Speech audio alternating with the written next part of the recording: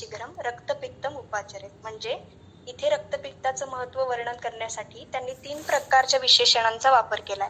पहिलं विशेषण काय आहे तर महागद आहे. महागद म्हणजे काय तर हा मोठ्या स्वरूपाचा व्याधी आहे, ब्रॉड स्पेक्ट्रम असा डिसीज आहे किंवा सिव्हिअर व्याधी आहे. दुसरं विशेषण काय वापरलंय की महावेगम, म्हणजे इथे वेग शब्दाने जसं तमक श्वासाचे किंवा अपस्माराच्या बाबतीत आपल्याला जो वेग अर्थ आपण घेतो की काही ठराविक काळानंतर दोषांना बल प्राप्त झाल्यामुळे लक्षणांची अभिव्यक्ती होते, तसा न घेता इथे वेग शब्दाचा अर्थ काय की हा अॅक्युटली प्रोग्रेस होणारा किंवा लवकर सिव्हिअरिटीकडे जाणारा असा व्याधी आहे. आणि तिसरं विशेषण काय वापरलंय तर अग्निवत शीघ्रकारी, म्हणजे अग्नी ज्याप्रमाणे त्याच्या आसमंतातल्या भावपदार्थांचा क्षणार्धात नाश करतो तशा प्रकारे शरीराचा नाश करण्याची शक्ती, तशा प्रकारची शरीराचा नाश करण्याची ताकद जी आहे ती रक्तपित्तामध्ये आहे. अशा 3 प्रकारच्या विशेषणांचं त्यांनी वर्णन केलंय. पुढे काय सांगितलंय की रक्तपित्तम शीघ्रम उपाचरेत, म्हणजे अशा प्रकारच्या रक्तपित्ताची शीघ्रतेने उपचार करावे असं सांगितले. आणि ह्या उपचारेचा कर्ता कोण आहे तर तो वैद्य आहे. आणि या वैद्याचं एक विशेषण त्यांनी सांगितलंय की हेतू लक्षणविद, म्हणजे जो वैद्य आहे त्याने रुग्णातल्या हेतूंचा, लक्षणांचा, त्याच्या संप्राप्तीचा विचार करूनच रक्तपित्ताची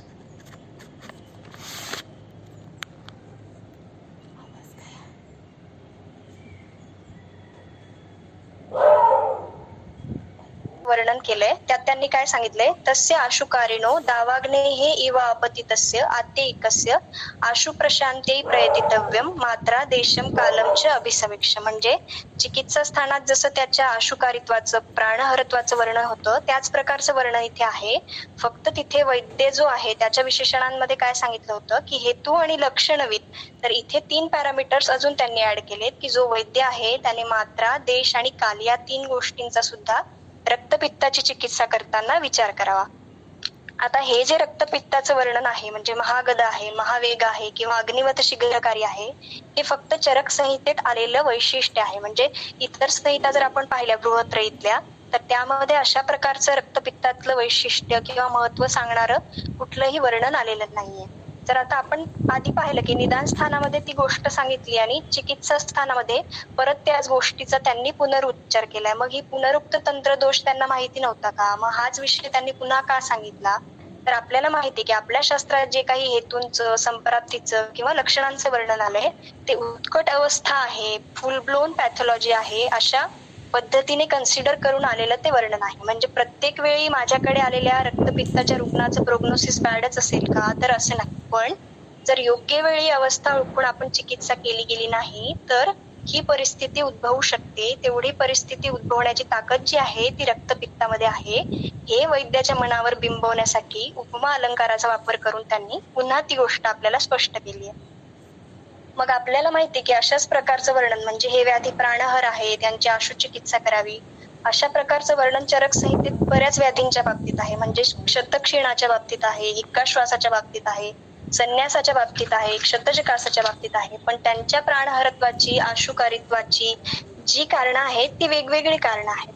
मग रक्तपित्ताच्या बाबतीत जी आहेत ती अशी 5 कारणं आहेत. त्यातलं पहिलं कारण आपण आता पाहिलं का तर हा महागद आहे, महावेग आहे, अग्निवत शीघ्रकारी आहे, म्हणून याची लवकर चिकित्सा करायची. दुसरं जे कारण आहे ते एक आपण आता बघणार आहोत. आणि बाकीची जी 3 कारणं आहेत ती जशी जशी आपल्याला संप्राप्ती उलगडत जाईल तशी तशी आपण पुढे बघत जाऊया. तर हे दुसरं कारण काय आहे तर आपण पुढे बघणारच आहोत की रक्तपित्त जे आहे त्याची संप्राप्ती 2 अवस्थांमध्ये घडते. एक असतं अव्यक्त रक्तपित्त आणि दुसरं असतं ते व्यक्त रक्तपित्त. त्यापैकी जेव्हा व्यक्त रक्तपित्ताच्या अवस्थेत रुग्ण आपल्याकडे येईल म्हणजे काय की कुठल्याही बहिर्मुख स्रोतसातून रक्तप्रवर्तनाची लक्षणे घेऊन रुग्ण आपल्याकडे आलेला असेल, मग तो नासागत रक्तस्राव असेल, कर्णगत रक्तस्राव असेल किंवा गुदगत रक्तस्राव असेल, अशा वेळी जर अवस्था ओळखून योग्य प्रकारे चिकित्सा केली गेली नाही तर संभाव्य उपद्रवांना रुग्णाला सामोरं जावं लागू शकतं. आणि ते उपद्रव कुठले आहेत त्याचं वर्णन सुश्रुताचार्यांनी जो सूत्रस्थानाचा 14वा अध्याय आहे त्यामध्ये 30 नंबरच्या श्लोकामध्ये केलंय.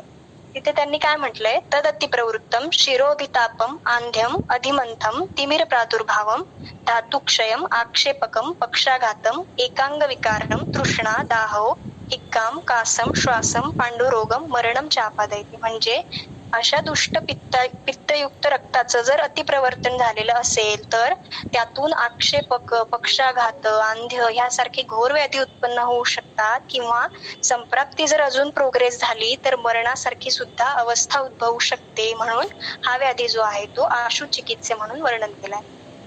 आता हे झालं व्यक्त रक्तपित्ताच्या बाबतीत. पण प्रत्येक वेळी माझ्याकडे येणारा रुग्ण व्यक्त रक्तपित्ताच्याच अवस्थेत येईल का, तर असं नाही.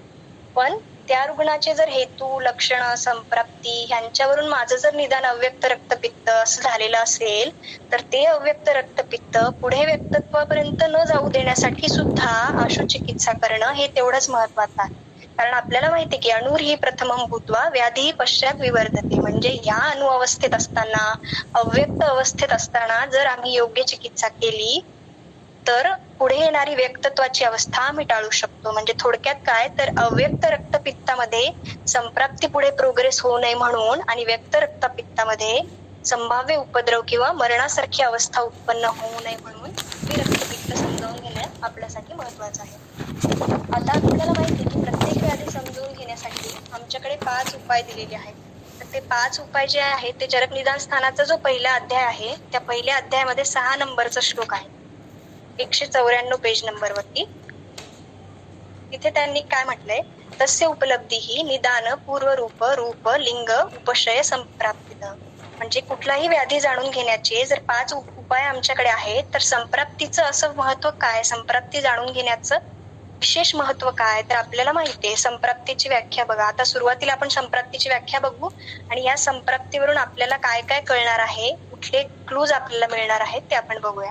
तर त्याच अध्यायातला जो 11 नंबरचा श्लोक आहे 196 पेज नंबरवरती, तिथे त्यांनी संप्राप्तीचे 2 पर्याय दिले सुरुवातीला, जाती आणि आगती. आणि त्याच्या टीकेमध्ये जी खालून एक 6वी ओळ आहे त्यामध्ये त्यांनी संप्राप्तीची व्याख्या वर्णन केली. तर तिथे काय म्हटले त्यांनी, आगतिर्हि उत्पाद कारणस्य व्याधी जननपर्यंतम गमनम. म्हणजे हेतू सेवनापासून व्याधी उत्पत्तीपर्यंतचा जो प्रवास आहे त्याला आम्ही संप्राप्ती म्हणणार आहोत. त्याच त्यांनी त्या टीकेमध्ये एक उदाहरण पण दिले बघा. काय म्हटले त्यांनी, यथा ज्वरे स यदा प्रकोपितः प्रविश्यम आशयम इति आरभ्य तदा ज्वरम अभिनिर्वर्तयति इति अंतेन या संप्राप्ती उच्यते. म्हणजे काय तर हेतू सेवनापासून दोष प्रकोप झाला आणि त्यानंतर ज्वराची अभिव्यक्ती झाली, ह्या ज्या घटना आहेत त्या सगळ्यांना मिळून आम्ही संप्राप्ती असं म्हणणार. मग या संप्राप्तीचं व्याख्या आपल्याला कळाली, पण संप्राप्तीचं महत्व काय तर ते पण ह्या टीकेत सांगितलंय बघा.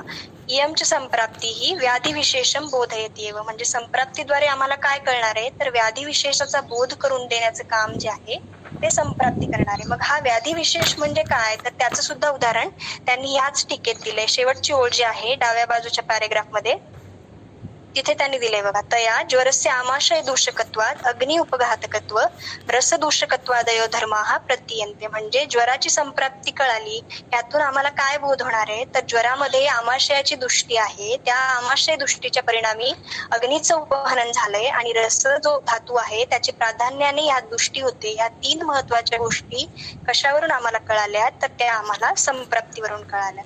पण फक्त व्याधी बोध होऊन चालेल का, म्हणजे माझ्याकडे जर 101 फीवर घेऊन एखादा रुग्ण आला आणि मी त्याला प्रिस्क्रिप्शन पॅडवर ह्या 3 गोष्टी मला तुझ्या संप्राप्तीतल्या कळाल्या असं म्हणून लिहून दिलं तर चालेल का. अर्थात हे कळणं पण खूप बेसिक आणि महत्वाची गोष्ट आहे, पण आपल्या तंत्राचं प्रयोजन काय, आपलं काम काय आहे ते चरक सूत्रस्थानाच्या पहिल्या अध्यायात दिले बघा. चरक सूत्रस्थानाचा जो पहिला अध्याय आहे त्यात 53 नंबरचा श्लोक आहे 14 पेज नंबरवरती. तिथे त्यांनी तंत्राचं प्रयोजन वर्णन केलंय. काय सांगितलंय त्यांनी की धातू साम्य क्रियाचे उक्ता तंत्रस्य अस्य प्रयोजन. म्हणजे काय तर कुठल्याही कारणांमुळे रुग्णाच्या शरीरामध्ये जेव्हा धातू वैषम्य निर्माण झालेलं असेल तेव्हा ते दूर करून धातू साम्य प्रस्थापित करणं हे प्रयोजन आहे. म्हणजे आता आपलं प्रयोजन, आपलं साध्य, आपलं डेस्टिनेशन ठरलंय, पण त्यासाठी त्यापर्यंत पोहोचण्यासाठी आपल्याला काहीतरी साधन लागणार आहे आणि हे साधन काय आहे तर हे साधन चिकित्सा आहे बघा. चरक सूत्रस्थानाचा जो 9वा अध्याय आहे त्यातला 5 नंबरचा श्लोक आहे 62 पेज नंबरवरती. तिथे त्यांनी चिकित्सेची व्याख्या देताना काय म्हटलंय, चतुर्णाम भिषगादीनाम शस्तानाम धातू वैकृते प्रवृत्ती ही धातू साम्यार्था चिकित्सा इति अभिधीयते. म्हणजे रुग्ण शरीरात धातू वैषम्य निर्माण झालेलं असताना चतुष्पादांच्या साह्याने ते वैषम्य दूर करून धातू साम्य प्रस्थापित करण्यासाठी केले गेलेला जो प्रयत्न आहे, जी प्रवृत्ती आहे ती म्हणजे चिकित्सा आहे. त्या चिकित्सेपर्यंत आम्हाला पोहोचायचंय तर तिथपर्यंत पोहोचण्यासाठी आम्हाला मदत कोण करणार आहे? तर आपल्याला माहिती आहे की संप्राप्ती विघटनमेव चिकित्सा. ही खूप ब्रॉड कन्सेप्ट झाली की संप्राप्ती विघटनमेव चिकित्सा. पण ह्या संप्राप्ती विघटनम मधून आम्हाला जाणून काय घ्यायचंय, तर ह्या संप्राप्तीतला प्रत्येक टप्पा जो आहे, ह्या संप्राप्तीतला प्रत्येक घटक जो आहे तो आम्हाला चिकित्सेपर्यंत जाण्यासाठी क्लू देणार आहे. म्हणजे संप्राप्ती जाणून घेण्याचं महत्व काय, तर व्याधी विशेष तर आम्हाला कळणारच आहे, सोबतच संप्राप्तीतला प्रत्येक घटक, प्रत्येक टप्पा आम्हाला चिकित्सेपर्यंत जाण्यासाठी मदत करणार आहे. म्हणून आम्हाला संप्राप्ती जाणून घ्यायची आहे. जसं आपण सुरुवातीला पाहिलं की संप्राप्तीची जी सुरुवात आहे कुठल्याही व्याधीच्या, ती हेतू सेवनांपासून होते. तर आता रक्तपित्तांचे हेतू बघायच्या आधी ह्या हेतूंचं ज्ञान जर आम्हाला झालं तर चिकित्सेसाठी आम्हाला कशी मदत होईल. तर आपल्याला एक गोष्ट माहिती की सुश्रुतांनी उत्तर तंत्रामध्ये सांगितले, पहिल्या अध्यायामध्ये जो 25 नंबरचा श्लोक आहे, संक्षेपतः क्रियायोगो निदान परिवर्जन. म्हणजे आमचा रुग्ण जो काही विधी विरहित आहार विहार आणि आचार सेवन करत असेल त्याला तो पादांशिक क्रमात कमी करायला सांगणं म्हणजे निदान परिवर्जन. म्हणजे या दोन गोष्टी महत्वाच्या आहेत. पहिली गोष्ट काय आहे की विधी विरहित आहार विहार आणि आचार. दुसरी महत्वाची गोष्ट काय आहे की पादांशिक क्रमात. आता पहिली जी गोष्ट आहे, आपल्याला माहिती की कुठलाही आहार विहार आचार जर विधी विरहित केला गेला तर तो हेतू ठरतो. कारण आमच्याकडे प्रत्येक गोष्टीचा विधी सांगितलाय, म्हणजे ग्रॉसली आहार विहाराचा किंवा आचाराचा आहेच आहे, पण त्यातल्या पण मायन्यूट गोष्टींचा, म्हणजे आहाराच्या बाबतीत जर आपण बघू तर जलसेवनाचा नियम आहे, दधी सेवनाचा नियम आहे, तकर सेवनाचा नियम आहे, मद्य सेवनाचा आहे, मांस सेवनाचा आहे. तसंच विहाराच्या बाबतीत दिवास्वापाचे नियम आहेत, व्यायामाचे नियम आहेत, किंवा आचार रसायनमध्ये किंवा सदृत्तामध्ये सांगितलेले आचाराचे नियम आहेत. मग ह्यांना सोडून, ह्यांचा विधी जर आम्ही सोडून सेवन करत असू तर ते हेतू ठरणार आहे. त्यासाठी आपण एक उदाहरण बघूया. तर रक्तपित्ताचे हेतू पुढे बघताना आपल्याला पिष्टांना एक हेतू येणार आहे, म्हणून त्याचा विधी आपण बघू आणि त्यावरून एक उदाहरण बघून मग पुढे जाऊया. चरक सूत्रस्थानाचा जो 5वा अध्याय आहे त्यात 9 नंबरचा श्लोक दिलाय, 68 पेज नंबरवरती, 38 पेज नंबरवरती. त्यात त्यांनी पिष्टमय पदार्थ किंवा इनॉल गुरु पदार्थाच्या सेवनाचा विधी किंवा नियम आपल्याला सांगितलाय. त्यात त्यांनी काय म्हटलंय, गुरु पिष्टमयम तस्मात तंडुलान पृथुकानपि न जातु भुक्तवान खादेत मात्राम खादेत बुभुक्षितः. म्हणजे पिष्टमय पदार्थ असतील किंवा तांदूळ असतील किंवा पोहे असतील यासारखे किंवा इतर गुरुगुणात्मक असे जे जे पदार्थ आहेत ते जेवणानंतर तर खायचेच नाहीयेत, पण जेव्हा रुग्णाला क्षुधा प्रचिती असेल, अग्निसंदुक्षित असेल तेव्हा सुद्धा ते कमी मात्रेत खायचे. तर हा झाला विधी. पण हा विधी सोडून, म्हणजे आमचा एखादा रुग्ण असेल जो भूक लागलेली नसताना सुद्धा फक्त वेळ झालीये म्हणून सकाळी नाश्त्यामध्ये आठवड्यातल्या 7 दिवसांपैकी 5 ते 6 दिवस रोज जर 1 प्लेट पोहे खात असेल आणि आम्हाला त्याला निदान परिवर्जन सांगायचं असेल तर ते आम्ही कसं सांगणार. तर आता रुग्ण आमचा रोज पोहे खातो 1 प्लेट, तर आम्ही काही दिवस त्याला अल्टरनेट डे सांगणार, नंतर 1 प्लेटचं अर्धा प्लेट खायला सांगणार, मग काही दिवसांनी 2 दिवसानंतर 3 दिवसानंतर, नंतर मग क्षुधा प्रचितीनंतर, आणि क्षुधा प्रचिती झाल्यानंतर पण कमी मात्रेत खायला सांगणं. म्हणजे आम्ही काय केलं, तर हा द्रव्य सेवनाचा जो विधी आहे तो रुग्णाला समजावून सांगितला आणि हा विधी जो आहे तो त्याच्या लाईफस्टाईल मध्ये स्थापित करून दिला. हे विधी स्थापन जे आहे ते निदान परिवर्जन आहे. पण प्रत्येक वेळी हे शक्य आहे का. म्हणजे आंध्र प्रदेशात राहणारा एखादा माणूस ज्याला फक्त भात हे त्याचं मेन अन्न आहे आणि तो इकडे शिफ्ट झालाय, तर त्याला आपण हे सांगू शकतो का, हे त्याच्यासाठी अवघड जाईल. मग अशा वेळी दुसरा पर्याय काय आहे, तर त्या हेतूचं बल कमी करणारं, त्या हेतूचे दोषकारकत्व कमी करणारे काही उपाय त्याला सुचवणं हे सुद्धा निदान परिवर्जनाचा एक भाग आहे. म्हणजे तो रुग्ण जर 2 वेळा भात खात असेल तर तांदूळ भाजून घ्या किंवा जुने तांदूळ वापरा, किंवा संध्याकाळच्या वेळी भात खाऊ नका, दुपारच्या वेळी खा, कुकरमध्ये शिजवत असाल तर पातेल्यामध्ये शिजून खा. हे जे उपाय आहेत हे सांगणं पण निदान परिवर्जनातलाच एक भाग आहे. कारण पादांशिक क्रमात जर आम्ही या हेतूंचा त्याग केला नाही तर शरीरांमध्ये दोषांची उत्पत्ती होणार आहे. बघा, चरक सूत्रस्थानाचा जो 7वा अध्याय आहे त्या 7व्या अध्यायामध्ये 38 नंबरचा श्लोक आहे. 38 नंबरच्या श्लोकामध्ये त्यांनी टीकेमध्ये सांगितले बघा, अक्रमेण तू सहसा अपथ्य त्यागे दोषा भवंती एव. म्हणजे अशा पादांशिक क्रमामध्ये जर अपथ्याचा त्याग केला गेला नाही तर शरीरांमध्ये निश्चितच दोषांची उत्पत्ती होणार आहे. ही पहिली गोष्ट झाली. आता ही निदान परिवर्जन म्हणजे खूप मोठी कन्सेप्ट आहे, पण आपल्याला जर अजून प्रिसाईज चिकित्सेपर्यंत हेतूंच्या आधारे पोचायचं असेल तर महत्वाचं काय आहे की त्यांचं गुणात्मक ज्ञान होणं हे जास्त महत्वाचं आहे. कारण मागच्या लेक्चरमध्ये पण आपण बघितलं की साध्य व्याधीचा जो चिकित्सा सूत्र आहे त्यात पहिलं काय आहे तर गुणविपरीत चिकित्सा आहे. तर गुणविपरीत चिकित्सा म्हणजे काय, तर चरक सूत्रस्थानाचा जो पहिला अध्याय आहे बघा, त्या पहिल्या अध्यायामध्ये 59, 60 आणि 61 नंबरचे जे श्लोक आहेत 16 आणि 17 पेज नंबरवरती, तिथे त्यांनी जो आपला आयुर्वेदाचा मूळ सिद्धांत आहे त्रिदोष, म्हणजे दोष प्रकोपाची चिकित्सा सुद्धा जी आहे ती गुण विपरीत चिकित्सा सिद्धांताच्या आधारे सांगितली आहे. एवढं महत्व गुण विपरीत चिकित्सा सिद्धांताला आहे. तर त्या टीकेमध्ये बघा डाव्या बाजूचा जो पॅरेग्राफ आहे त्या पॅरेग्राफ मध्ये 17 नंबरच्या पेजवरती खालून 3ऱ्या ओळीत त्यांनी सांगितले गुण प्रशमनेन गुणी प्रशमो गुणवृद्ध्याच गुणीवृद्धी भवती ती सूचनार्थम.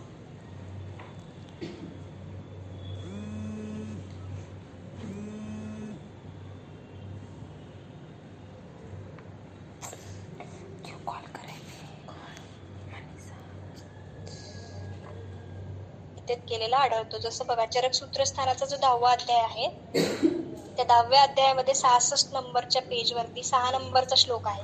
तिथे पण त्यांनी या गुणविपरीत चिकित्सा सिद्धांताचं वर्णन केलंय. तिथे त्यांनी काय म्हटलंय, शीतेन उष्ण अभिभूतम उपचरामः शीताभिभूतम उष्णेन. म्हणजे हे वाचलं तर आपल्याला सारखंच वाटतं. मग याचा अन्वय कसा लावणार, तर उष्ण अभिभूतम शीतेन उपचरामः शीताभिभूतम उष्णेन उपचरामः. म्हणजे काय, तर उष्ण गुणात्मक द्रव्यांच्या सेवनामुळे हेतूंचा प्रकोप झालेला असेल तर आम्ही शीत गुणात्मक द्रव्यांचा वापर करणार आणि वाईस वर्सा.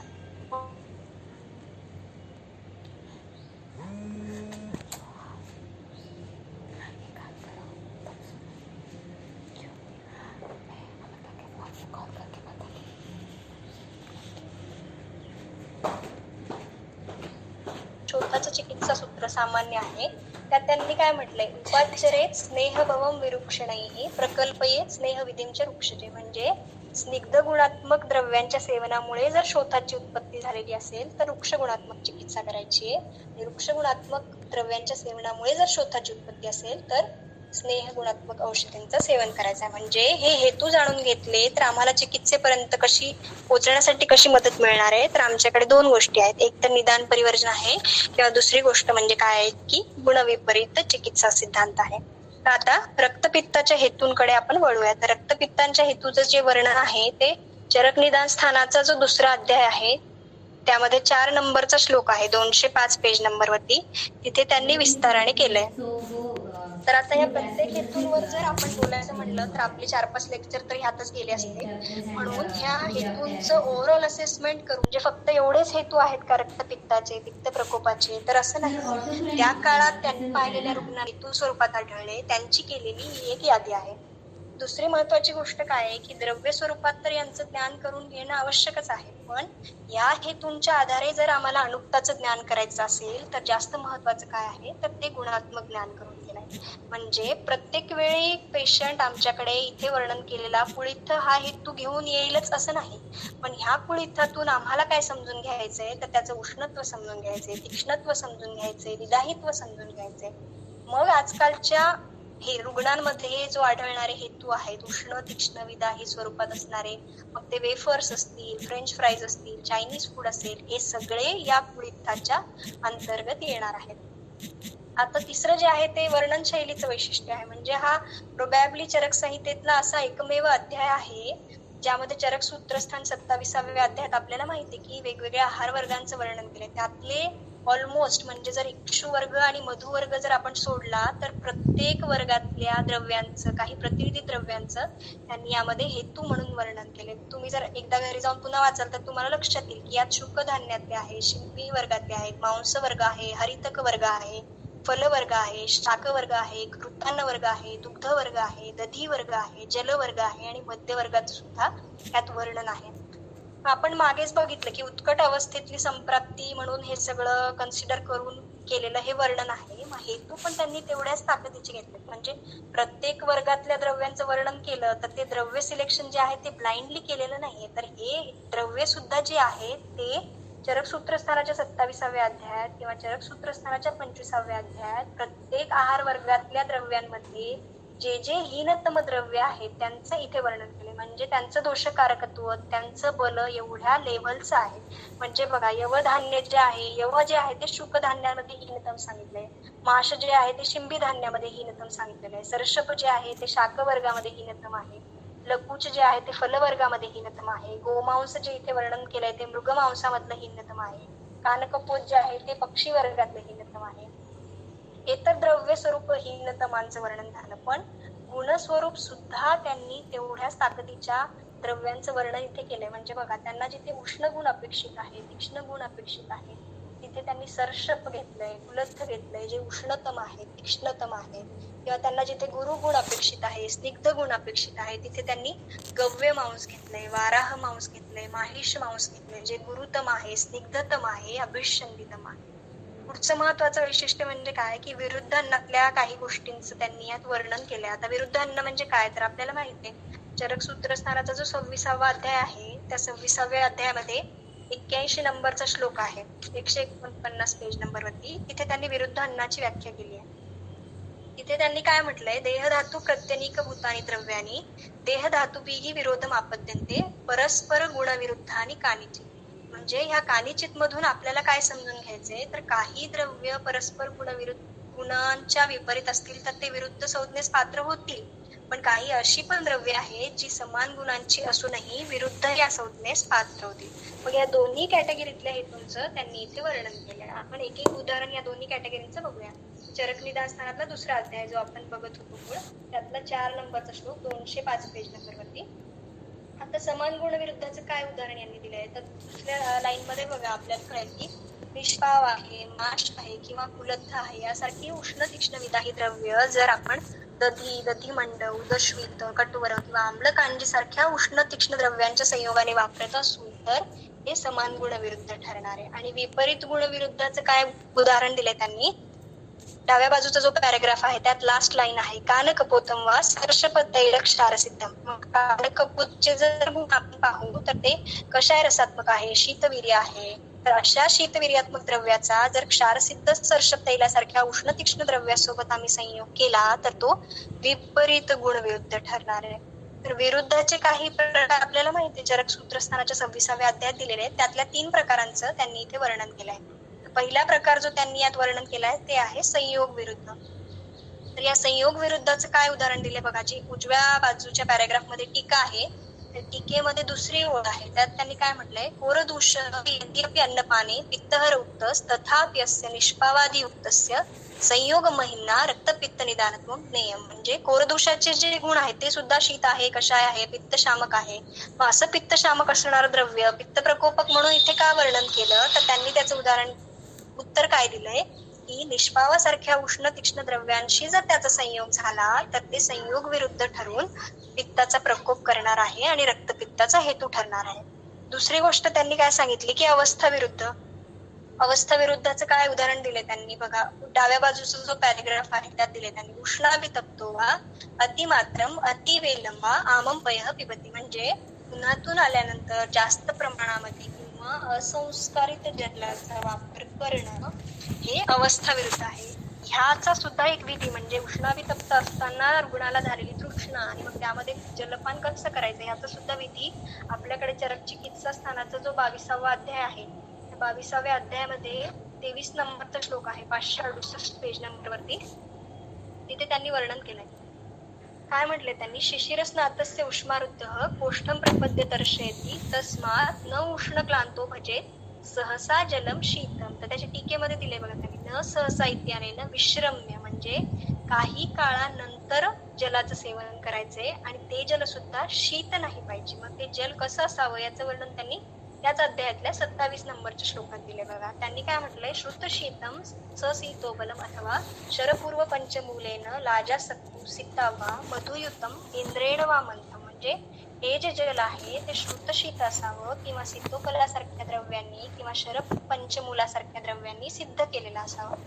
हीच गोष्ट काश्यपांनी सुद्धा त्यांच्या अन्नपान विधीच्या अध्यायामध्ये सांगितली, की जेव्हा उष्णाभितप्त असताना तृष्णा असेल तेव्हा सहसा न पूर्णम प्रशस्त. म्हणजे एकदम जास्त मात्रेमध्ये त्याला जल द्यायचं नाहीये आणि जे जल द्यायचंय ते सुद्धा मधुर किंवा जीवनीय द्रव्यांनी सिद्ध असंच द्यायचंय. हे झालं अवस्था विरुद्धाचं उदाहरण. 3रा प्रकार आपण पाहिला की संस्कार विरुद्ध. चरक निदान स्थानाचा 2रा अध्याय आपण जो श्लोक पाहत होतो त्या श्लोकामध्ये त्यांनी उदाहरण दिले बघा. आपण आता बघितलं की कानकपोतम वा सर्षपतैल क्षारसिद्ध. म्हणजे शीतद्रव्यात्मक गुणावर जर तुम्ही उष्ण तीक्ष्ण विदाईचा संस्कार करत असाल तर ते संस्कार विरोधी ठरणार आहे.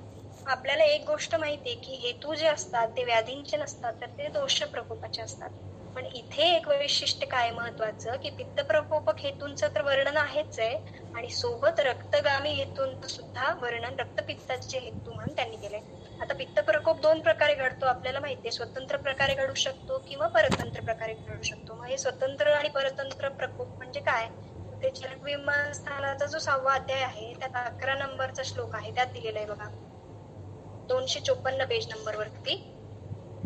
तिथे त्यांनी स्वतंत्राची व्याख्या दिली आपल्याला. काय म्हटलंय त्यांनी, स्वतंत्रो व्यक्तलिंगो यथोक्त समुत्थान यथोक्त प्रशमो भवती अनुबंध्य. म्हणजे काय तर स्वतंत्र पित्त प्रकोप आम्ही कधी म्हणणार तर पित्ताच्या गुणाच्या समान हेतूंच्या सेवनामुळे पित्त प्रकोपाची लक्षणं रुग्णाच्या शरीरात दिसत असतील आणि त्याच्या विपरीत गुणांचं जर सेवन केलं गेलं किंवा चिकित्सा केली गेली तर उपशम मिळत असेल तर हा झाला स्वतंत्र पित्त प्रकोप. आता इथे मोस्टली जे वर्णन केलेले हेतू आहेत ते पित्त स्वतंत्ररित्या होणाऱ्या पित्त प्रकोपाचेच आहेत, पण परतंत्र पित्त प्रकोपाचे काही मोजके हेतू पण त्यांनी यात सांगितले. आता परतंत्र पित्त प्रकोप म्हणजे काय तर हेतू जे आहेत ते पित्ताच्या गुणांच्या समान गुणांची नाहीये, तरी पण रुग्णाच्या शरीरात पित्त प्रकोपाची लक्षणे दिसत आहेत. तर असे हेतू कुठले सांगितले तर डाव्या बाजूचा जो पॅरेग्राफ आहे 205 पेज नंबर वरती निदानस्थानाचा 2रा अध्याय 4 नंबरचा श्लोक, त्यात त्यांनी सांगितलंय बघा, पिष्टान्नोत्तर भूयिष्ठम. तर त्याच्या टीकेमध्ये त्यांनी सांगितलंय की पिष्टान्नम उत्तरवत्र भोजनस्य भूयिष्ठम यत्र तत् पिष्टान्नोत्तर भूयिष्ठम. म्हणजे आपण आधीच पाहिलं पिष्टान्नाचा विधी काय आहे, कारण तो गुरु आहे तर जेवणानंतर तर घ्यायचंच नाही, पण असं गुरुद्रव्य जर आम्ही जेवणानंतर घेत असू तर तो परतंत्ररित्या पित्त प्रकोपाला कारणीभूत ठरणार आहे. म्हणजे ह्यातून आपल्याला काय अभिप्रेत आहे, काय समजून घ्यायचंय तर आजकाल जे आम्ही जेवणानंतर स्वीट डिश घेतो किंवा मिल्कशेक घेतो किंवा जेवणाच्या शेवटी दही भात खातो, तर हे सगळे जे हेतू आहेत ते ह्या कॅटेगरीत बसणार आहेत. दुसरं उदाहरण काय आहे परतंत्र पित्त प्रकोपाचं, आमम अतिमात्रम वा आमम अतिमात्रम अतिवेलम वा पयः पिबती किंवा क्षीरम उष्णावितप्तम पिबती किंवा बाराह मांस आहे, गव्य मांस आहे, माहिष मांस आहे, या सगळ्यांचं जर सेवन केलं तर परतंत्ररित्या पित्त प्रकोप होऊ शकतो. अशाच प्रकारचं जे वर्णन आहे परतंत्ररित्या होणाऱ्या पित्त प्रकोपाचं ते चरक चिकित्सा स्थानाचा जो 4था अध्याय आहे रक्तपित्त चिकित्सा अध्याय, त्यात 29 नंबरच्या श्लोकात त्यांनी केले 430 पेज नंबर वरती. तिथे त्यांनी काय म्हटलंय, प्रायेण ही समुत्क्लिष्टम आमदोषात शरीरिणाम वृद्धिम परयाती पित्तासृक तस्मात तल्लंघ्य मादित. म्हणजे आमदोषामुळे, अजीर्णामुळे, अध्यशनामुळे जेव्हा शरीरामध्ये गुरुगुणाची, स्निग्ध गुणाची, अभिषंदी गुणाची वृद्धी झालीये आणि तरी देखील पित्त प्रकोपाची लक्षणे दिसत आहेत, तेव्हा तो परतंत्ररित्या झालेला पित्त प्रकोप समजून चिकित्सा काय दिलीये तर लंघन दिलीये. म्हणजे ह्या गुरु स्निग्ध अभिषंदी गुणाच्या विरुद्ध अशी शरीरामध्ये लाघव उत्पन्न करणारी, रुक्षता उत्पन्न करणारी, त्या क्लेदाचं शोषण करणारी अशी चिकित्सा त्यांनी दिली. हे झालं पित्त प्रकोपाच्या बाबतीत. आता दुसरं महत्व काय सांगितलं की रक्तगामी हेतू आहेत. मग रक्तगामी हेतू म्हणजे काय की ज्यांचं डेस्टिनेशन ठरलंय की त्यांना रक्ताची दुष्टी करायची आहे, नो डाऊट ते व्हाया दोष प्रकोप आहे. म्हणजे सुश्रुताचार्यांनी सूत्रस्थानाच्या 21व्या अध्यायात सांगितले बघा 25 नंबरच्या श्लोकात की दोषांची दृष्टी झाल्याशिवाय दुष्यांची दृष्टी होणार नाही. त्यांनी काय म्हटलं, यस्माद रक्त विना दोषही न कदाचित प्रकोप्यते तस्मात तस्य यथा दोषम कालम विद्यात प्रकोपणे. म्हणजे रक्तगामी हेतूंचं जर आम्ही सेवन केलं तर दोषाचा प्रकोप कुठला होईल हे आम्हाला माहित नाही, ते त्या हेतूंच्या गुणांवर अवलंबून आहे. पण त्या दोषांच्या प्रकोपानंतर रक्ताची दृष्टी 100% होणार आहे. मग ती प्रत्येक रुग्णात कदाचित कमी जास्त प्रमाणात असेल, पण ती अवश्यंभावीच होणार आहे. मग हे रक्तगामी हेतू कुठले तर चरक विमानस्थानाचा जो 5वा अध्याय आहे स्रोतो विमान अध्याय, त्या 5व्या अध्यायामध्ये 14 नंबरचा श्लोक आहे 251 पान नंबर वरती, त्यात त्यांनी रक्तगामी हेतूंचं वर्णन सांगितलंय. तिथे काय म्हटलंय, विदाहिनी अन्नपानानी स्निग्ध उष्णानी द्रवानीच रक्तवाहिनी दुष्यंती भजतामचे आतप आणलो. म्हणजे विदाही अन्न असेल, स्निग्ध उष्ण द्रवगुणात्मक अन्न असेल किंवा आतप सेवन असेल, ह्यामुळे काय होणार आहे तर दोष प्रकोप होणार आहे आणि त्या दोष प्रकोपामुळे रक्ताची दृष्टी होणं हे अवश्यंभावी आहे. तर हे झाले निदान स्थानातले हेतू. चिकित्सा स्थानात सुद्धा परत एकदा त्यांनी हेतूंचं वर्णन केले बघा. चिकित्सा स्थानाचा जो 4था अध्याय आहे, 4थ्या अध्यायामध्ये जो 6 नंबरचा श्लोक आहे तिथे त्यांनी परत एकदा 428 पेज नंबर वरती रक्तपित्ताच्या हेतूंचं वर्णन केलंय. मग निदान स्थानामध्ये एवढ्या डिटेल हेतूंचं वर्णन करून सुद्धा पुन्हा चिकित्सा स्थानात हे वर्णन का केलं तर त्याचं वर्णन त्यांनी टीकेमध्ये सांगितलं बघा. 6 नंबरच्या श्लोकाची जी टीका आहे त्यांनी काय म्हटलंय, निदाने यदि अपि रक्तपित्तस्य हेतु लक्षणानि प्रतिपादितानि एव तथापि इह चिकित्सा परिकरतया प्रकरणवशात् हेतवः संक्षेपेण लक्षणानि च प्रायः प्रादुर्भाविनी पुन्हा कथ्यन्ते. म्हणजे निदान स्थानात जे हेतूंचं वर्णन आहे तिथे कुठली तंत्रयुक्ती वापरली आहे, तर निर्देशित तंत्रयुक्ती आहे. म्हणजे तिथे विस्ताराने वर्णन केलंय. आणि चिकित्सा स्थानात जिथे हेतूंचं वर्णन आहे ते उद्देश तंत्रयुक्तीने म्हणजे संक्षेपाने केलेलं वर्णन आहे. ही पहिली गोष्ट झाली. दुसरी गोष्ट, आपण निदान स्थानातल्या जेव्हा हेतूंचं वर्णन पाहिलं तर तिथे सुरुवात जी आहे ती द्रव्यांपासून आहे. म्हणजे यवक, उद्दालक, कोरदुष अशी आहे. आणि चिकित्सा स्थानातले जर हेतू आपण पाहिले तर त्यांची सुरुवात जी आहे ती गुणांपासून आहे. तस्य उष्णम तीक्ष्णम आम्लम. तर असं का, तर याच्या दोन प्रोबॅबिलिटीज असू शकतात. एक तर त्यांनी सुरुवातीलाच निदान स्थानात एवढी द्रव्यांची यादी दिली आणि आता पुन्हा चिकित्सेच्या दृष्टीने वर्णन करतोय म्हणून एक समरी म्हणून रिव्हिजन व्हावी म्हणून त्यांनी फक्त शॉर्ट मध्ये गुणांचं वर्णन केलेलं असू शकतं. आणि दुसरी महत्वाची गोष्ट म्हणजे काय, इथे जे वर्णन आहे हेतूंचं ते चिकित्सेच्या दृष्टिकोनातून आहे. आणि आपण आधीच बघितलं की चिकित्सेच्या दृष्टिकोनातून द्रव्यात्मक ज्ञानापेक्षा हेतूंचं गुणात्मक ज्ञान असणं हे जास्त महत्वाचं आहे. म्हणून इथे जे हेतूंच्या वर्णनाची सुरुवात आहे ती गुणांपासून केलेली आहे. आता तिसरी महत्वाची गोष्ट या हेतूंचं वैशिष्ट्य काय, तर इथे एक ऍडिशनल हेतू त्यांनी दिलाय जो निदान स्थानात त्यांनी वर्णन केलेलं नाहीये. तो काय आहे की अन्नविदाह. तर हे अन्नविदाह ओळखणार आपण कसं, कुठल्या लक्षणावरून, कारण आपण मागच्या वेळी पण बघितलं की अन्नविदाह हेतू पण आहे आणि अन्नविदाह हे लक्षण पण आहे. तर ह्याचं डिफरन्शियल डायग्नोसिस होणं, याच्या काय काय प्रोबॅबिलिटीज आहेत ते पाहणं आपल्या दृष्टीने महत्वाचं आहे. तर हे अन्नविदाह झालं ओळखणार कसं, तर शारंगधरांनी विदाही द्रव्याची लक्षणं दिली. तर ते अतिदेश तंत्रयुक्तीने जर विदाह आमच्या शरीरात घडला तर अशा प्रकारची लक्षणं उद्भवू शकतात. म्हणून आम्ही त्याचा अभ्यास करू शकतो. मग त्याची लक्षणं काय दिली आहेत की विदाही द्रव्यम उद्गारम अम्लम कुर्यात तथा तृषाम हृदिदाहम च जनयेत पाकम गच्छति तच्चिरात. म्हणजे काय, तर आहाराचा पाक जो आहे तो उशिराने झाल्यामुळे जर अम्ल उद्गार किंवा तृष्णा किंवा उरोदाह अशी लक्षणं जर दिसत असतील तर आम्ही त्यावरून काय समजून घेणार की अन्नाचा विदाह झाला आहे, हे आम्ही त्यावरून समजून घेऊ शकतो. आता अन्नाचा विदाह झालाय म्हणजे काय झालंय नेमकं, तर दुसरा अवस्थापाक जो आहे, अम्ल अवस्थापाक जो आहे त्याची दुष्टी झालीये. मग ती दुष्टी झाली आहे समजण्यासाठी तो अवस्थापाक म्हणजे काय ते आपण थोडक्यात बघू आणि मग पुढे जाऊया. तर हे अवस्थापाकांचं जे वर्णन आहे ते चरक चिकित्सा स्थानाचा जो 15वा अध्याय आहे त्यात 9, 10 आणि 11 नंबरचे जे श्लोक आहेत 512 पेज नंबरवरती तिथे त्यांनी केलंय. तर आपल्याला माहिती आहे की आहार सेवनानंतर जाठराग्नीद्वारे सुरुवातीला आहारातले जे पार्थिव आणि आपले अंश आहेत त्यांचं विघटन सुरू होतं आणि त्याच्या परिणामी मधुर रसात्मक अशा एका फेनभूत भावाची निर्मिती होते जो शरीरातल्या कफाचं उपभ्रूहण, पुष्टी किंवा वृद्धी करतो. हा झाला मधुर अवस्थापाक, पहिला अवस्थापाक. त्याच्या पुढे जो येतो तो आहे दुसरा अवस्थापाक. मग या दुसऱ्या अवस्थापाकात काय होतं, तर आहारातला जो शेष पार्थिव अंश आहे आणि आग्नेय अंश आहे त्यांच्या विघटनाला सुरुवात होते आणि या विघटनाच्या परिणामी शरीरामध्ये आम्लरसात्मक असा अच्छ अशा एका अघन पित्ताची किंवा द्रव रूपातल्या पित्ताची उत्पत्ती होते. आणि तो अवस्थापाक झाल्यानंतर काय होतं, तर शरीरातलं जे पित्त आहे त्याची वृद्धी होते किंवा उपभ्रूहण होते. पण इथे पचन पूर्ण झालंय का, तर नाही. अन्न अजून आमचं कसं आहे, तर विदग्धच आहे. आणि या विदग्धाची टीका काय दिली आहे बघा, विदग्धस्य इति पक्व अपक्वस्य. म्हणजे अन्न जे आहे ते अजून अर्धपक्व अशाच अवस्थेत आहे द्वितीय अवस्थापाकानंतर.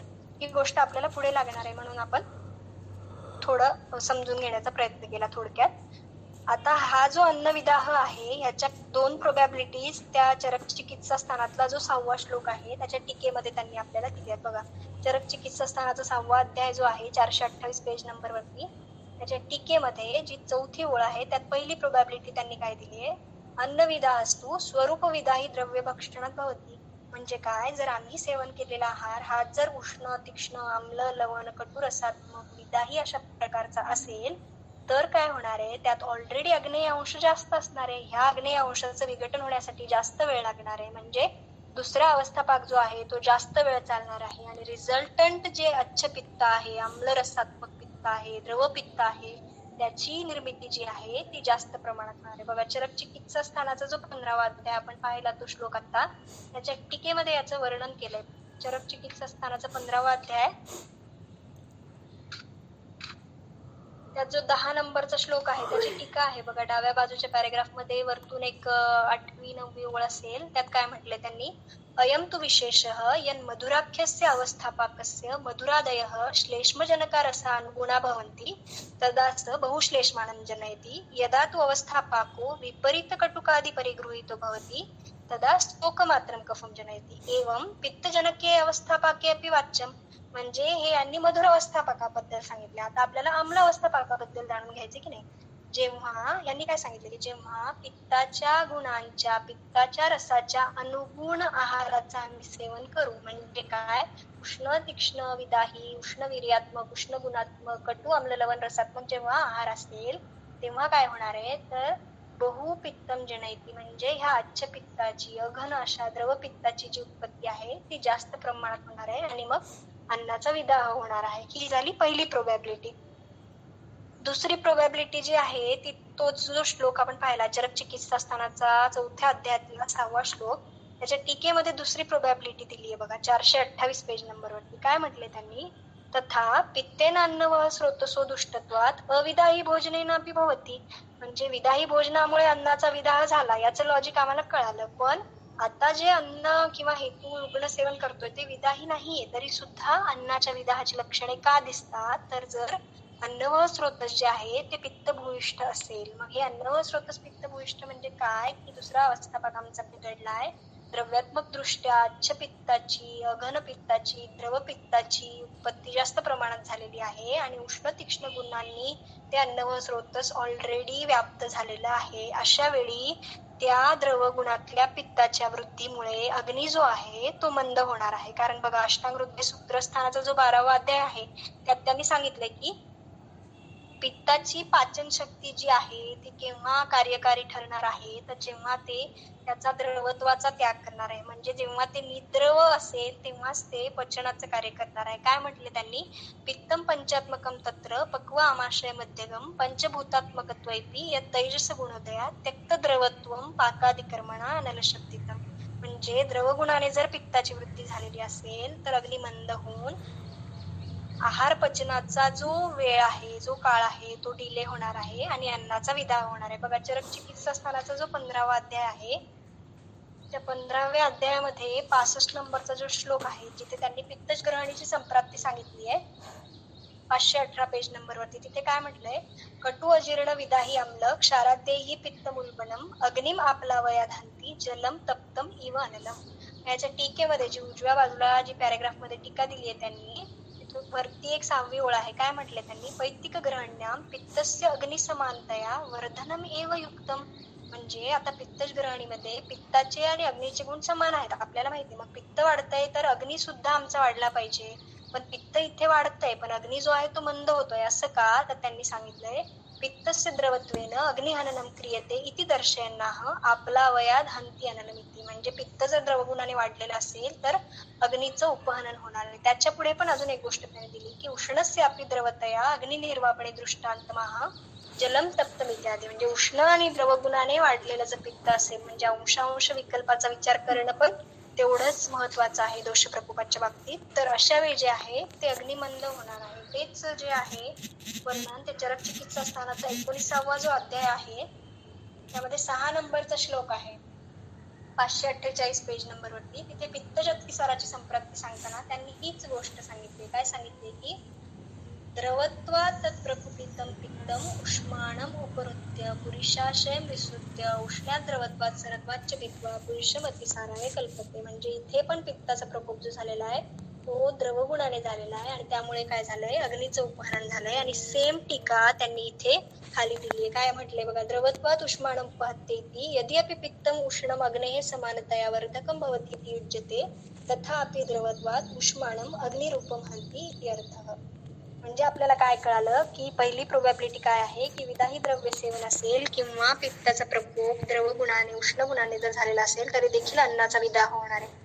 तिसरी प्रोबॅबिलिटी जी आहे ती भावप्रकाशकारांनी आपल्याला सांगितले. काय म्हटले त्यांनी, द्रव्य स्वभावात अथ गौरवाद्वार चिरेन पाकम जठराग्नियोगात पित्त प्रकोपम विदह करोति तदन्नपानम कथितम विदाही, म्हणजे गुरु स्निग्ध गुणात्मक आहारांच्या सेवनामुळे सुद्धा अग्नी जर मंद झाला तर अन्नाचा विदाह होणार आहे. म्हणजे बघा आता चरक चिकित्सा स्थानाचा 19वा अध्याय जो आपण आता पाहिला होता त्यामध्येच जो 7 नंबरचा श्लोक आहे श्लेष्मज अतिसाराची संप्राप्ती सांगणारा, तिथे त्यांनी सांगितले की 548 पेज नंबरवरती ससुधावात गुरु मधुर शीत स्निग्ध स्रस्तो अग्निमुपहत्य, म्हणजे अग्निमंद कुठल्याही गुणांनी कुठल्याही कारणांनी झालेला असेल, म्हणजे चरक चिकित्सा स्थानाचा जो 15वा अध्याय आहे त्यामध्ये आपल्याला अग्निमांद्याची अग्निदृष्टीची जी म्हणून काही कारण सांगितलेली आहेत, या सगळ्या कारणांच्या परिणामी जर अग्निमंद झाला तर काय होणार आहे, तर ते चरक चिकित्सा स्थानाचा 15वा त्याच अध्यायातला जो 51 नंबरचा श्लोक आहे 517 पेज नंबरवरती तिथे सांगितलेला दुर्बलो विदहती अन्नम, म्हणजे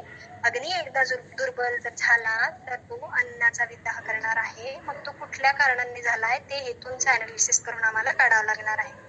या झाल्या 3 प्रोबॅबिलिटी. चौथी प्रोबॅबिलिटी आपण मागच्या वेळी लेक्चरमध्ये बघितली की रक्तदुष्टी झाली तरी देखील अन्नाचा विदाह होऊ शकतो, कारण रक्तपित्ताच्या पूर्वरूपामध्ये त्यांनी अन्नविदाह असे एक लक्षण दिले.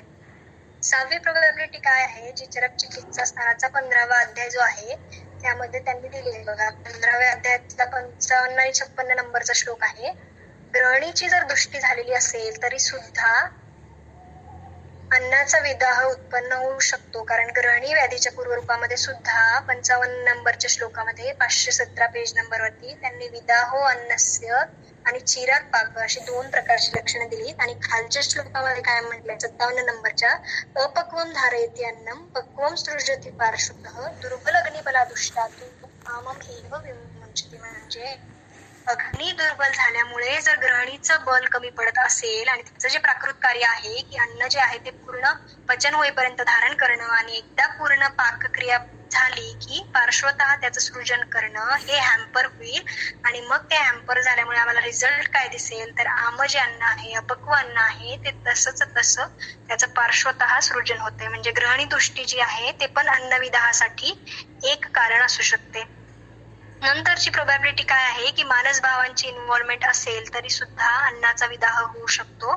जे चरक विमानस्थानाचा जो 2रा अध्याय आहे 8 आणि 9 नंबरच्या श्लोकांमध्ये आपल्याला सांगितलं आहे पेज नंबर 238 वरती चरक विमानस्थानाचा 2रा अध्याय. त्यात त्यांनी सुरुवातीला खूप साऱ्या हेतूंचं वर्णन केलं आणि शेवटी काय सांगितले की काम क्रोध लोभ मोह ईर्ष्याही शोक मान उद्वेग भय उपतप्त मनसा व यदन्नपानम उपयुज्यते तदपि आममेव प्रदूषयति. आणि त्याच्या पुढे जाऊन पण काय म्हटलंय की हे तर वरचे जे हेतू होते ते सगळे विधिविरहित आहाराचे होते, पण मात्र या अपि अव्यवृतम पथ्यम च अन्नम न जिर्यति चिंता शोक भय क्रोध दुःख शय्या प्रजागरे, म्हणजे पथ्य आहार मात्रेमध्ये घेतलेला आहार जरी असला पण मानस भावांची जर त्यात इन्व्हॉल्वमेंट रुग्णामध्ये असेल तर आहार जो आहे तो व्यवस्थित जीर्ण होणार नाहीये आणि त्या अन्नाचा विदाह होणार आहे, तशी लक्षणं आम्हाला दिसणार आहेत. मग हे मानस भाव जे आहेत ते अन्नाचा विदाह कसा घडून आणतात, तर ते त्यांनी टीकेमध्ये दिले बघा.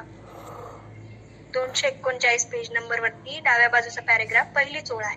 कामादिभिः मानस उपघातः प्रभावात एव अन्नम दूषयति, म्हणजे हे मानस भावांचा हा प्रभाव आहे की ते अन्नाची दृष्टी घडवून आणतात, अग्नीची दृष्टी घडवून आणतात. आणि त्याच्याच पुढे अजून एक प्रोबॅबिलिटी दिली त्याच टीकेमध्ये एवं अशुची अपि अन्नम अशुचित्वेन ज्ञातम मनसोपघातकत्वात आमदूषकम भवति, म्हणजे रुग्ण जो आहार सेवन करत आहे तो शुची आहे का, शुद्ध आहे का, इष्ट देशे इष्ट उपकरणे सगळं आहे का हे पण बघणं तेवढंच महत्वाचं आहे, कारण ह्या गोष्टी जर नसतील तरी सुद्धा अन्नाचा विदाह होणार आहे.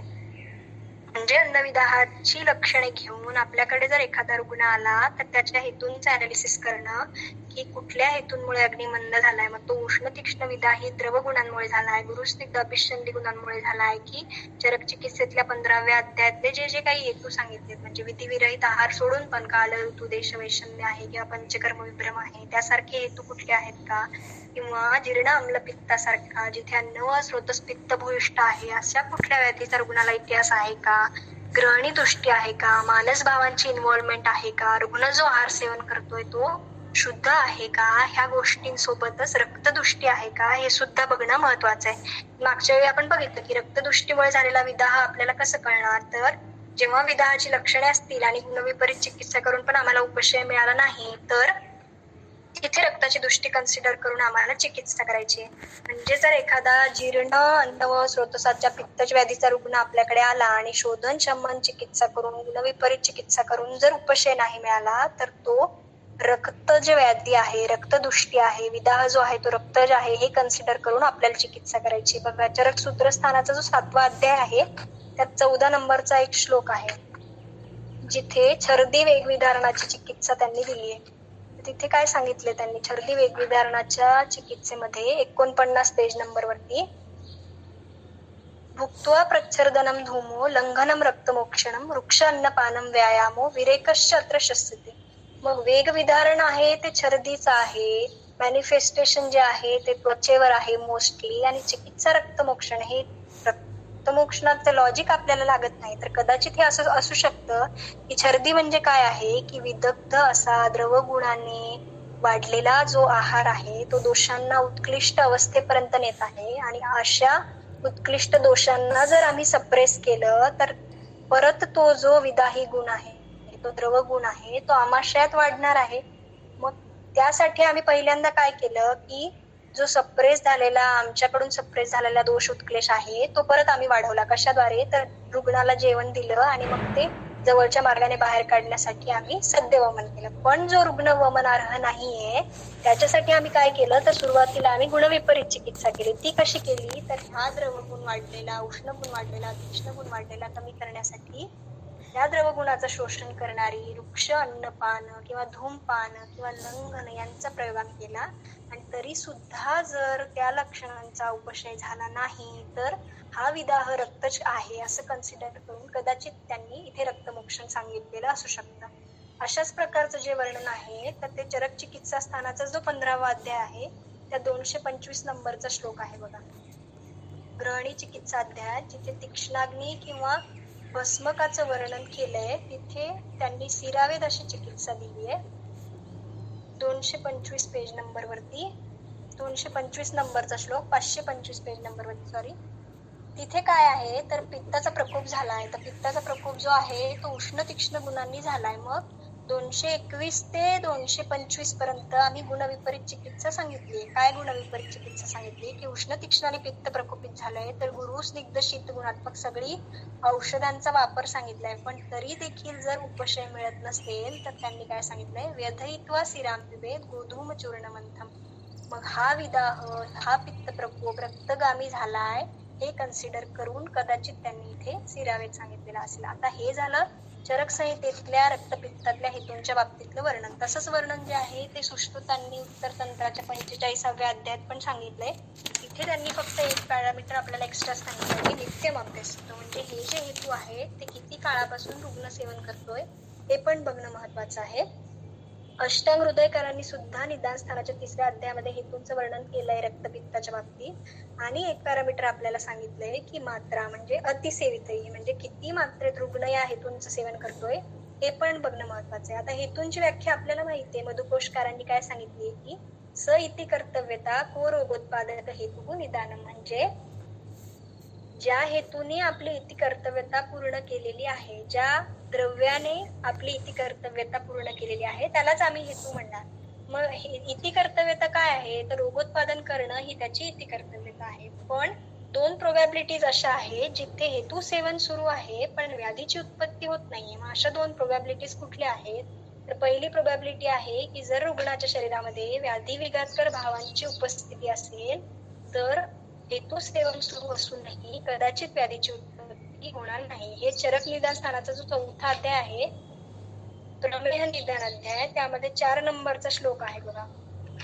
त्या 4 नंबरच्या श्लोकामध्ये 212 पेज नंबरवरती त्या टीकेमध्ये त्यांनी सुरुवातीला व्याख्या दिली आहे की विकार विघातकर भाव म्हणजे काय तर विकाराणाम विघातस्य उत्पत्ती प्रतिबंधस्य भावो विघात भाव, म्हणजे विकारांची उत्पत्ती होण्यापासून प्रतिबंध करणारे जे भाव आहेत ते विकार विघातकर भाव आहेत. आणि असे विकार विघातकर भाव जर रुग्णाच्या शरीरात एखाद्या व्यक्तीच्या शरीरात असतील तर त्याचा परिणाम काय होणार आहे तर त्याच टीकेत दिले होणार.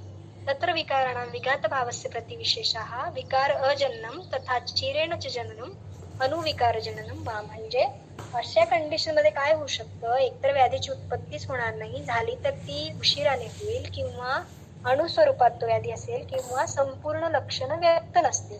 मग असे व्याधी विघातकर भाव कुठले तर चरक सूत्रस्थानाचा जो 26वा अध्याय आहे तर 106 नंबरचा जो श्लोक आहे 151 पेज नंबरवरती, तिथे त्यांनी विरुद्धाचा एखाद्या व्यक्तीच्या शरीरावर कधी परिणाम होणार नाही अशा कंडिशनचं वर्णन केलंय. तर ते अतिदेश तंत्रयुक्तने आपण म्हणू शकतो की ते व्याधी विघातकर भाव आहेत. तर त्यांनी काय म्हटले बघा, सात्वे तो अल्पतया वापी दीप्ताग्नेस तरुणस्ते च स्निग्ध व्यायाम बलिनाम विरुद्धम वितथम भवेत. म्हणजे एखादा रुग्ण जर दीप्ताग्नी असेल, तरुण असेल, नित्य व्यायामशील असेल, त्यासोबतच दिनचर्या, ऋतुचर्या, सदृत्ताचं पालन करणार असेल, ऋतूनुसार शोधन करणारा असेल, रसायनाचं सेवन करणारा असेल, विधियुक्त आहार घेणारा असेल, तर कदाचित हेतू सेवन होऊनही व्याधीची उत्पत्ती होणार नाही, किंवा कालांतराने होईल, किंवा अनुस्वरूपात होईल, किंवा पूर्ण लक्षणं त्याची व्यक्त नसणार आहेत. मग हे जाणून घेऊन आपल्याला महत्व काय, तर आपल्या आजूबाजूला अशी बरीच व्यक्ती असतील की ज्यांचं हेतू सेवन सुरू आहे हे आपल्या लक्षात आलंय, पण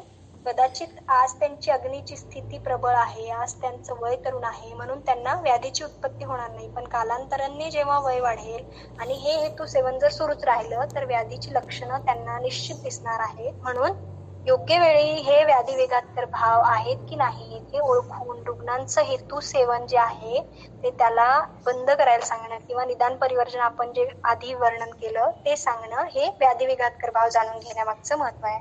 दुसरी प्रोबॅबिलिटी काय आहे की व्यभिचारी हेतू आहे, जो मधुकोशकाराने आपल्याला सांगितला. मग व्यभिचारी हेतू म्हणजे काय की यो दुर्बलत्वात व्याधी करणे असमर्थ, म्हणजे त्या हेतूचं तेवढं बलच नाहीये की त्यांनी व्याधीची निर्मिती करावी.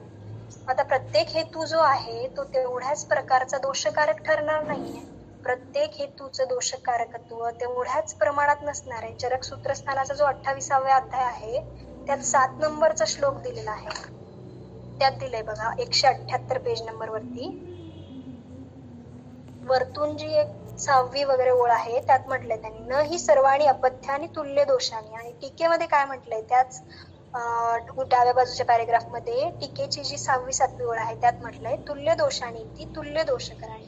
म्हणजे प्रत्येक हेतू जो आहे तो तेवढ्याच प्रमाणात दोषकारक नसणार आहे, आणि म्हणून ह्या हेतूचं बल जाणून घेणं आपल्यासाठी महत्वाचं आहे. कारण आपल्याला माहिती की ही एक गोष्ट तर आहेच आहे, पण यासोबतच हेतू बलावर दोष बल अवलंबून आहे, दोष बलावर लक्षणांचं बल अवलंबून आहे, आणि लक्षणांच्या बलांवर व्याधीचं बल अवलंबून आहे. तर आतापर्यंत आपण काही पॅरामीटर्स बघितले हे हेतू बल जाणून घेण्याचे. काय काय बघितले, तर हेतूंचं गुण समजावून घेणं आहे, त्याची मात्रा आहे, त्याचा काळ आहे, रुग्ण शरीरात व्याधी विघातकर भावांची उपस्थिती आहे की नाही हे बघणं आहे.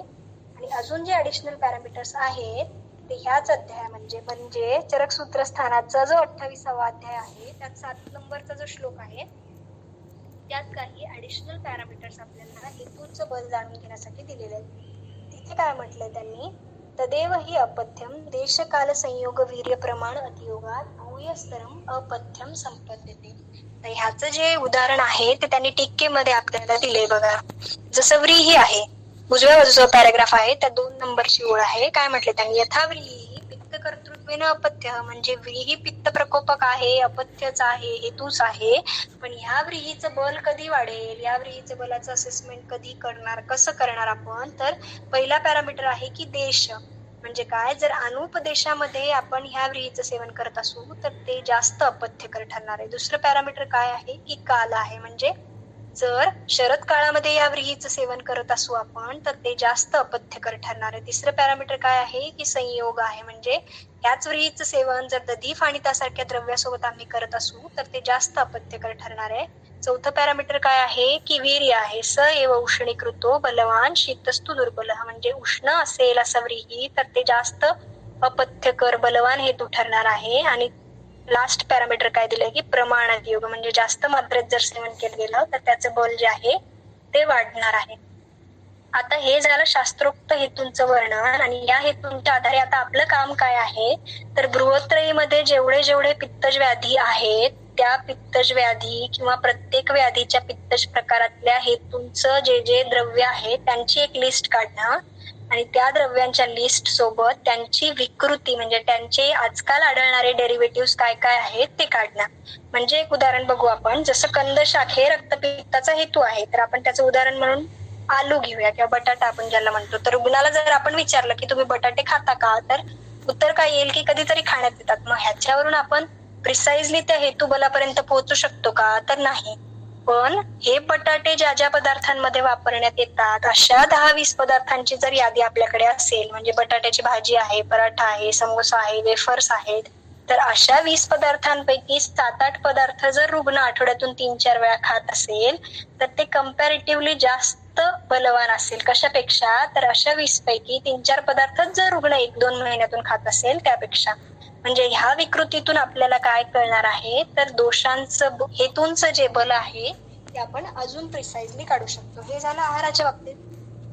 आता विहाराची विकृती कशा जाणून घेणार, तर इथे विहारामध्ये एकच शब्द आपल्याला दिलाय की आतप, म्हणजे प्रत्यक्ष उन्हात जाणे हा एकच अर्थ आहे का, तर ग्रीष्मातलं उष्णत्व असेल, शरदातलं उष्णत्व असेल, किंवा डायरेक्ट उन्हामध्ये फिरणं असेल, किंवा अग्निसंपर्कात जे जास्त वेळा येतात, म्हणजे खाणीमध्ये काम करणारे असतील, वेल्डर्स असतील, शेफ असतील, कुक असतील, किंवा ग्रामीण भागातल्या गृहिणी असतील ज्यांचा सतत अग्नीशी संपर्क येतो, अशा सगळ्या ज्या विकृती आहेत, असे सगळे जे डेरिव्हेटिव्ह आहेत ते आतप ह्या शब्दातून आपल्याला घ्यायचे. आता आहारीय आणि विहारीय द्रव्यांचं बल कसं काढायचं ते आपण पाहिलं, पण मानस हेतूंच्या बाबतीत कसं करणार? आता समजा क्रोध हा हेतू आहे, तर ह्या क्रोधाचं बल आपण कसं जाणून घेणार? तर आपल्याला माहिती की सायकोलॉजीमध्ये 3 गोष्टी असेसमेंटसाठी वापरतात, ए, बी आणि सी. तर ए स्टँड्स फॉर अँटीसिडंट. अँटीसिडंट म्हणजे काय, तर what is trigger factor.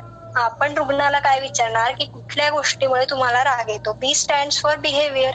How do you react to it, म्हणजे राग आल्यानंतर तुम्ही काय करता. मग काही व्यक्तींना राग आल्यानंतर ते शांत बसतील, काही व्यक्ती रडतील, काही लोक तोडफोड करतील, काही लोक मारहाण करतील, काही लोक शिवीगाळ करतील. आणि C stands for consequence. Consequence म्हणजे काय की तुमच्या शरीरावर त्याचा काय परिणाम होतो. म्हणजे खूप चिडचिड केल्यानंतर कोणाला पाल्पिटेशन होईल, कोणाला चेस्ट पेन होईल, कोणाला शिरशूल होईल.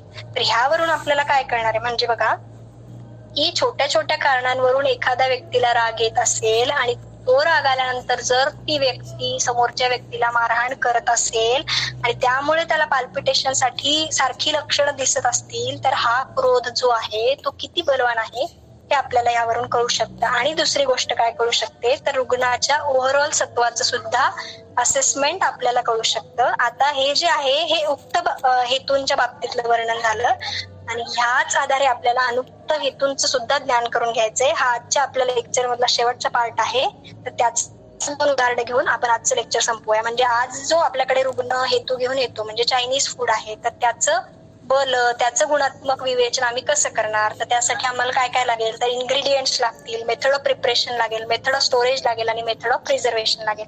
म्हणजे चायनीज फूडचं जर आपण उदाहरण घेतलं तर याचे इन्ग्रेडियंट्स आपल्याला माहिती की काय काय असतं. सोया सॉस असतो, व्हिनेगर असतं, चिली सॉस असतं, चिली ऑइल असतं, ब्लॅक बीन सॉस असतो, राईस वाईन असतं, सिसेम ऑइल असतं, नूडल्स असतात, स्पाइस पावडर असतं, हॉट मस्टर्ड असतं, रेड चिलीज असतात. मग ह्या द्रव्यांवरून आम्हाला काय कळालं की ही सगळी जी द्रव्य आहेत ती कटू रसाची, आम्ल रसाची, लवण रसाची, उष्ण तीक्ष्ण विदाही अशी पित्त प्रकोपक द्रव्य आहेत. दुसरी गोष्ट आपल्याला काय महत्वाची आहे, मेथड ऑफ प्रिपरेशन. म्हणजे आपल्याला माहिती की आपल्याकडे एका रात्रीचा जर संस्कार आहारावर झाला तर त्याचं दोषकारकत्व किती वाढतं. मग ही जी द्रव्ये यात वापरलेली आहेत ह्यावर तर किती रात्रींचा संस्कार झालाय हे आपल्याला माहित नसतं, ही पहिली गोष्ट. दुसरी गोष्ट आहे ते सिद्ध करण्यासाठी कुठलं तेल वापरतात, कारण प्रत्येक तेलानुसार सुद्धा त्या सिद्ध केलेल्या आहाराचे गुण बदलतात. ही पहिली गोष्ट आहे. त्यात दुसरी गोष्ट अजून काय की तेल ऑलरेडी उष्ण तीक्ष्ण गुणांचं आहे, आणि ह्या उष्ण तीक्ष्ण गुणामध्ये तुम्ही चायनीज सारखं जर उष्ण तीक्ष्ण तमद्रव्य ऑलरेडी सिद्ध केलेलं असेल आणि तेच दुसऱ्या दिवशी तिसऱ्या दिवशी वापरत असाल तर ते निश्चितच जास्त विदाही, जास्त पित्त प्रकोपक ठरणार आहे. तिसरी गोष्ट काय की अग्निसंपर्क. आपल्याला माहिती की आपल्याकडे स्वयंपाक करताना किंवा कुठलाही कल्प तयार करताना काय सांगितलंय की अग्नी जो आहे तो मंद ठेवायचा, मंद आचेवर करायचे. का तर युनिफॉर्मली त्या द्रव्याचं पचन व्हावं म्हणून. पण चायनीज करताना आपण बघतो की जी फ्लेम असते ती एकदम मोठ्या प्रमाणात असते आणि मग तो जो बनवणारा आहे तो त्या पॅन मध्ये ते टॉस करतो आणि 10 मिनिटात तर आपल्या प्लेटवर ते रेडी झालेलं असतं. म्हणजे हा जो अग्निसंपर्क आहे ह्यातला अग्नी जो आहे तो खूप तीव्र आहे, खूप तीक्ष्ण आहे, आणि हा अग्निसंपर्क त्या द्रव्याशी खूप कमी वेळासाठी आलाय.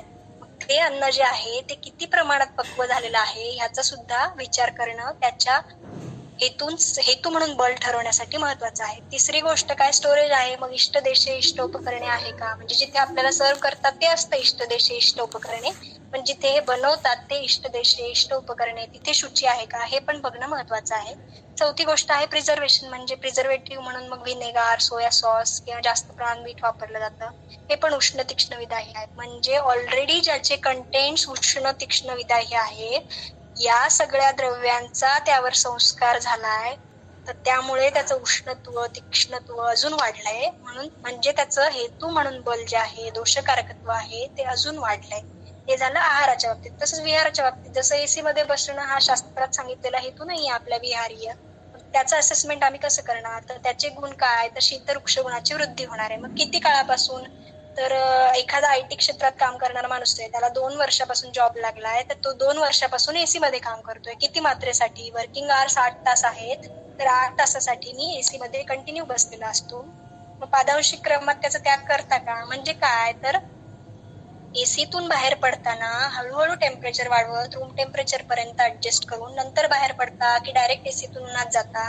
कारण हा जो आहे हा शीत उष्ण व्यत्यास आहे, आणि या शीत उष्ण व्यत्यास जो आहे तो डेफिनेटली जास्त दोष प्रकोपक ठरणार आहे. मग त्याचं पुढे बल असेस करण्यासाठी देश काल संयोग जे आपण आधी पॅरामीटर्स वापरले ते तर आपण वापरणारच आहोत. म्हणजे मी जर हिवाळ्यामध्ये एसी वापरत असेल, मी जर अनुप देशात एसी वापरत असेल, मी एसी पासून कोल्ड्रिंक्स पित असेल, तर ते निश्चित जास्त दोषकारक ठरणार आहे. म्हणजे माझ्याकडे जर रक्तपित्ताचा रुग्ण आला तर मला काय करायचंय की एक शीट घ्यायची, त्या शीटवर रुग्णाचं नाव लिहायचंय, वय लिहायचंय, देश लिहायचंय, काल लिहायचंय, व्याधी विघातकर भाव त्याच्या शरीरात आहेत की नाही ते लिहायचंय, आणि एका टेबलमध्ये डाव्या बाजूला ज्या ज्या आपण पित्तज व्याधी प्रकारातल्या पित्त प्रकोपाचे जे जे हेतू आणि त्यांच्या विकृती काढल्या त्या लिहायच्या, त्याच्या पुढे गुण लिहायचे, त्याच्या पुढे मात्रा लिहायची आहे, त्याच्या पुढे काळ लिहायचा आहे, त्याच्या पुढे देश काल प्रमाण संयोग यांचा जर वापर रुग्ण करत असेल तर ते लिहायचंय. म्हणजे आजच्या लेक्चरमध्ये आपण काय शिकलो, तर रक्तपित्ताचं महत्व काय आहे, त्याच्या अशुकारित्वाची 2 कारण आपण बघितली.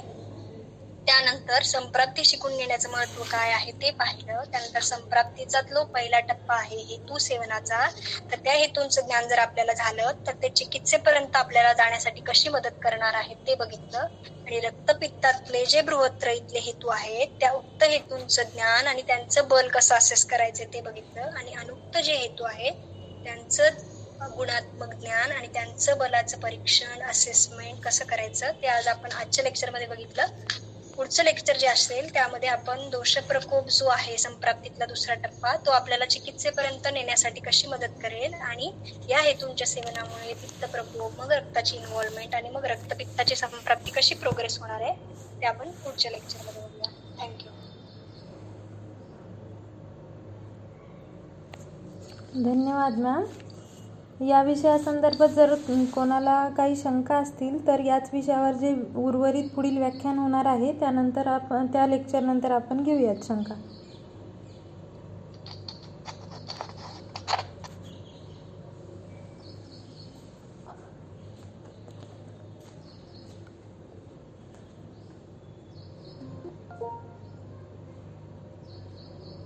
Organiser ended meeting.